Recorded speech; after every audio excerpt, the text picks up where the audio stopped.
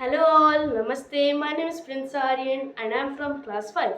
Today in this video I again have my grandfather with me. Namaskar grandfather. So today in this video we're going to discuss about a story which is independence of India. So in this story is going to be narrated by my grandfather. So this story is about India's independence. So let us start our story. So please move on with the story. So, dear learners, let me give you a very short glimpse of the Indian independence. Independence was granted to India in the year 1957, August 15. Of course, before that, India was completely under the British dynasty for more than hundreds of years, and of course, uh, India was in the very past. India was, of course, a very prosperous country, rich and prosperous country, and being affected by this richness and the prosperity of India, a large numbers of foreigners used to come to India to attack India, to acquire India, and to achieve India. As a result, the Portuguese, the Dutch, the French, the Germans, the English, almost all the high nations of that days have come to India for its mastery over this great subcontinent. But fortunately, in, uh, India was ruled by the English people in the last. And first of all, the English people, they came to India for trade and commerce with India and with the name of the East India Company in the year 1300. So first of all, they started business, trades with India. But in due course of time, they wanted, they have just fixed their eye on the territory of India, the rulers of India. Of course, uh, India has a, India has lost its democracy, and India has also lost its monarchy. And in due course of time, India was completely taken over by the Britishers till to the date 1947.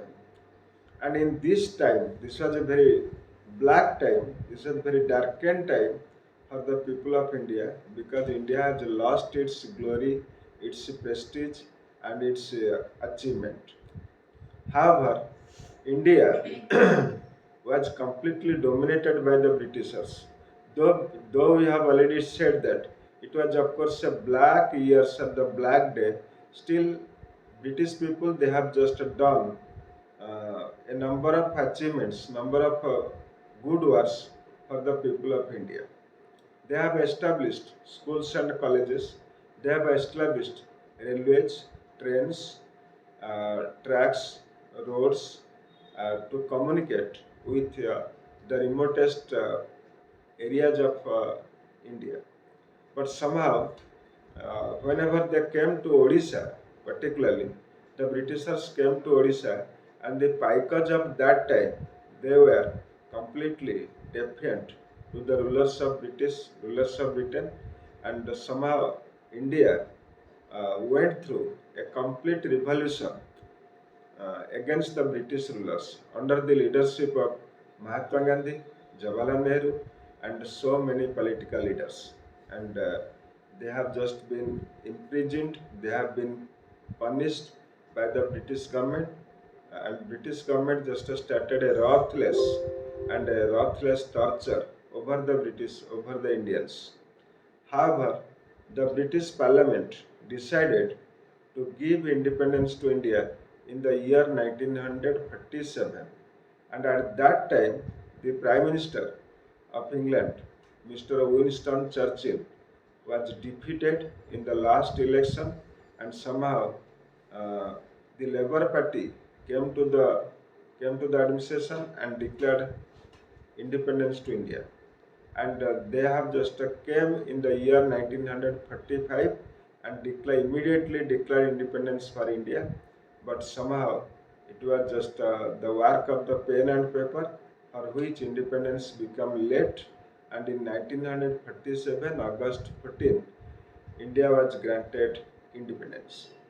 So the independence of my country, independence of India, is both miraculous and mysterious. It is because there are some reasons for which the independence of India becomes miraculous. Number one, uh, India got its independence. India achieved its independence in the night time, but most of the countries of the world, they have just got their independence in the daytime. Number two, Indian Indians, they have just got their independence without any war, without any fighting. But almost all the countries of the world, they have got their independence from the British tyranny by war, by fighting, and by revolution. Ours is a peaceful independence, and theirs are the war side revolution. So from that day, of course, from that day, from August 14, 1947, India is celebrating, India has been celebrating the independence. And independence is now no more a dream, it is a reality to the people of India. And from that time, the English rulers, they have just left our country, but they have left their language over us. And that's why from 1947, we are still, in spite of almost all our regional languages, our national language Hindi, still then Indians are just uh, using English as just the second language for the country. And somehow I shall discuss with you later on about the introduction, about the use of English for the teachings in our schools and colleges. But somehow, after the independence, this part of the Indian independence is over, the history of the Indians independence is over, and after that, after the independence, India just saw, India just used, and India just administered a new rule, that is the rule of democracy in the country. And Indian democracy is so old and so ancient that it is called the mother of democracy. And democracy is strictly prevailed in our country with truth, justice, non-violence of Mahatma Gandhi.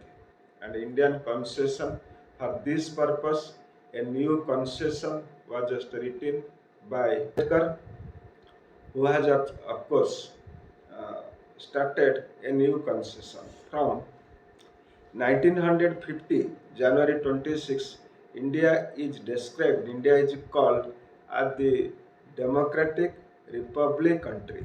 So we are not observing only Independence Day in the August 15, 1947, but in the year 1950, January 26, we are observing the Republic Day. This is just a very much glory, very much achievement that our country has got its independence. And after independence, India has made a lot of change in in every field of health, education, communication, especially with the foreign policy. And India has just started its relation with almost all the neighboring states like Pakistan, China, Japan, uh, these countries. And in this connection, our then Home Minister Sardar Vallabhbhai Patel is equally important. And our first Prime Minister, Mr. Jawaharlal Nehru, whose Panchashila principle is noted worthy because of his foresight vision, his dynamic outlook, and his clear vision for the country. And India became a progressive country. And from that time till today, India has just seen some prime ministers and the most important prime minister of them are Mr. Jawaharlal Nehru, uh, somehow your Vishwanath Pratap VP Singh, Vishwanath Pratap Singh, and Indira Gandhi, and Rajiv Gandhi, and somehow the present Prime Minister, Mr. Narendra Modi, under whose administration, under whose dynamic leadership, India has now become a figure, become a very important figure in the world politics, in the world history, in the world economics.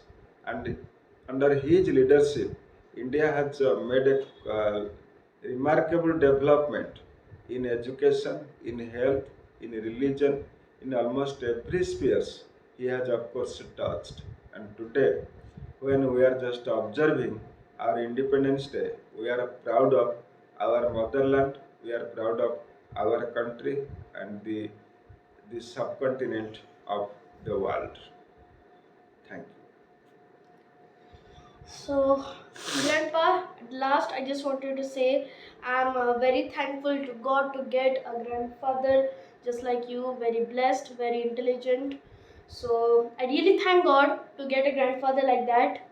And the things you said about our whole country, the independence of our country, how our country became more democratic, etc., were literally very miraculous. So I hope that like that only you will come to my channel occasionally and make our videos more skyrocket. So thank you. I just wanted to say a very big thank you to come again to one of my video of the YouTube channel, and saying something to all my friends who are watching this video right now. Thank you.